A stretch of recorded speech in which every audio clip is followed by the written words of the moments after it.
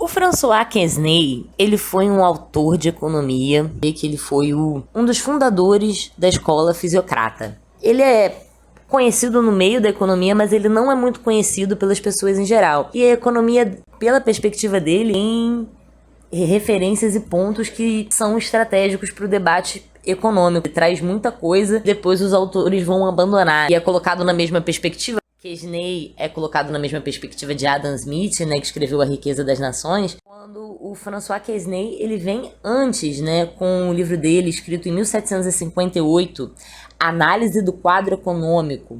Esse livro, ele é muito interessante, porque ele usa de referência, ele tem muita influência dos trabalhos, dos livros sobre agricultura, que estavam sendo escritos na China. E ele faz essas espécies de observações pontuais de como a economia deveria se comportar, ou ela se comporta, de uma maneira que a sociedade floresce. Então ele advoga por isso. Cita inclusive no início do seu livro uma frase do Sócrates. Que a frase do Sócrates é: quando a agricultura prospera, todas as outras artes florescem com ela. Essa é uma frase interessante, né? Aí ele continua: mas quando se abandona o cultivo da terra, por qualquer razão que seja, todos os outros trabalhos, seja em terra ou mar, desaparecem ao mesmo tempo. Isso é muito interessante, né? Porque já vê que desde a Grécia Antiga, definição do oikos, né, da economia. A economia seria essa gerência da casa. E depois se estendeu para a análise das estruturas econômicas de toda a sociedade. E o primeiro a fazer isso na Europa foi François Quesnay. E é muito interessante pensar também que se ele preparou alguém que não conseguiu lidar com a Revolução Francesa, é por causa disso que a sua teoria ou ele não seja muito conhecido. Que ele na história estava aconselhando pessoas que perderam o poder posteriormente. Isso já é um caso clássico do porquê que ele não é tão estudado. Mas se você pegar na sua teoria em si, há aqui muita influência, conversa e depois até constatação dessa teoria na sequência dos fisiocratas. Por exemplo, quando o Adam Smith escreve A Riqueza das Nações, ele já reverte o paradigma agrícola da nação, dizendo que não é tão necessário, que o futuro jazia em empresas, capitalismo, fábricas, segundo Adam Smith, na falta de regulação dessas fábricas para se deixar o livre comércio à mão invisível. Essa ideia, todo mundo fala, a fisiocracia é isso, mas a fisiocracia também no seu primeiro estágio, era François Quesnay.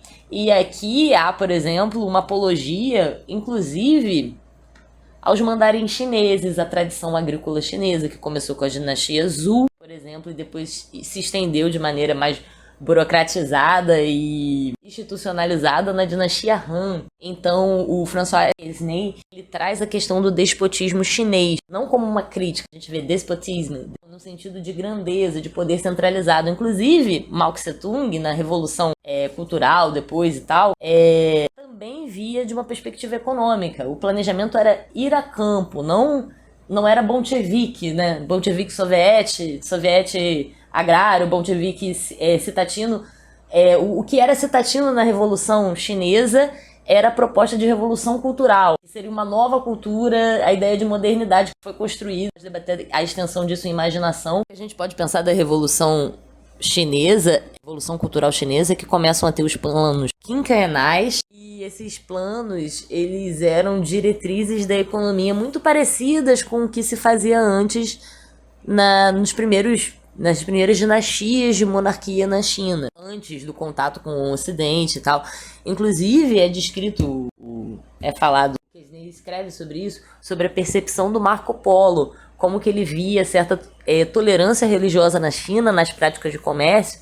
Ele, sendo um observador ali, a primeira coisa que ele viu é isso, né? Ao contrário do que muitos podem pensar, ele via essa forma de abertura. François Quesnay, você fala de vários autores que estavam vivendo uma bela época, né, na França, se você parar para pensar. Tinha o Quesnay, tinha o Montaigne, tinha o Mirabeau, tinha vários autores, inclusive de economia, que estavam lendo, não só os autores franceses, latinos, como eles estavam lendo o que os asiáticos estavam escrevendo sobre economia e planejamento de economia. E tudo aquilo fazia sentido, mas talvez uma crítica que a gente pode fazer ao Quesnay, ele não se ateve à questão da terra como rendimento. Pensou muito na terra como riqueza, mas ele esqueceu que cada vez mais viria o que depois ia se tornar o capitalismo financeiro, só no século XIX. Ele ignora muito o mercantilismo, chama, né, das repúblicas, províncias itálicas e tal. Tem uma distância, né, porque ele acha que esses lugares eles negociam com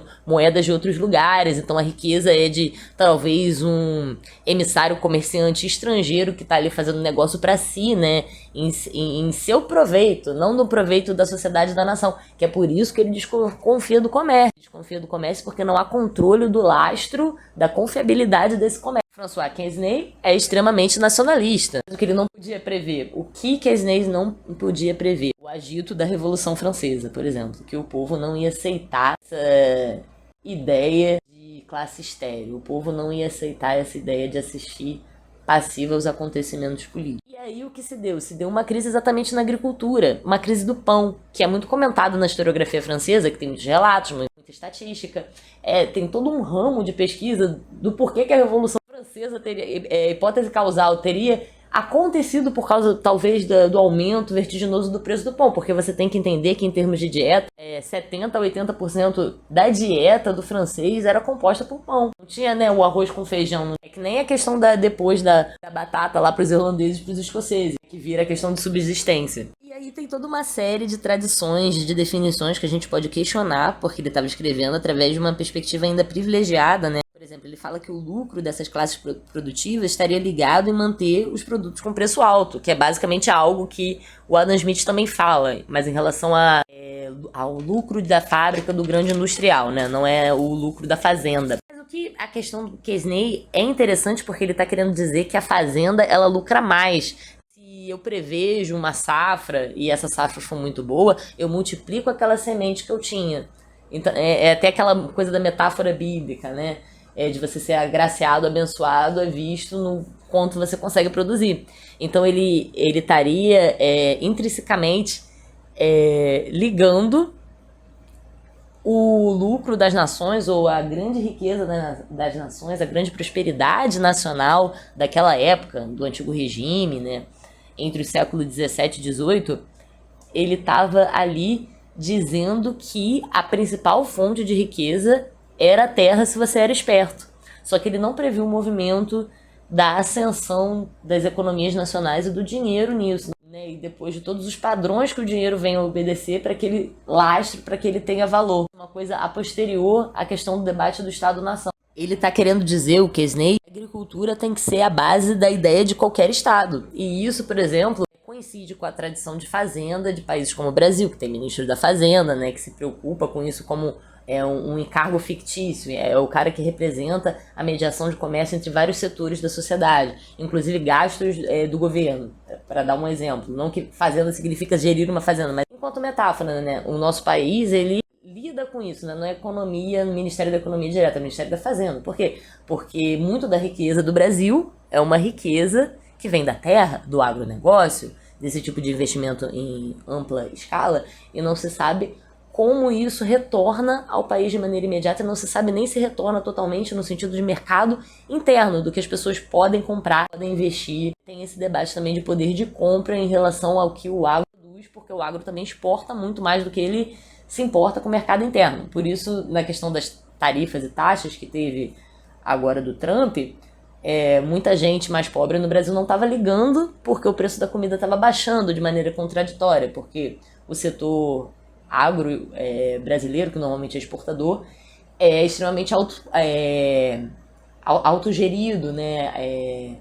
Independente. Mas, apesar disso, não há clareza, eles estariam assim atentos a contribuir para o mercado interno, até por soberania, questão dos grãos, né? O Brasil sempre teve, na maior parte da sua sobrevida, estoque disso, né? Na questão da Embrapa, e isso é uma questão.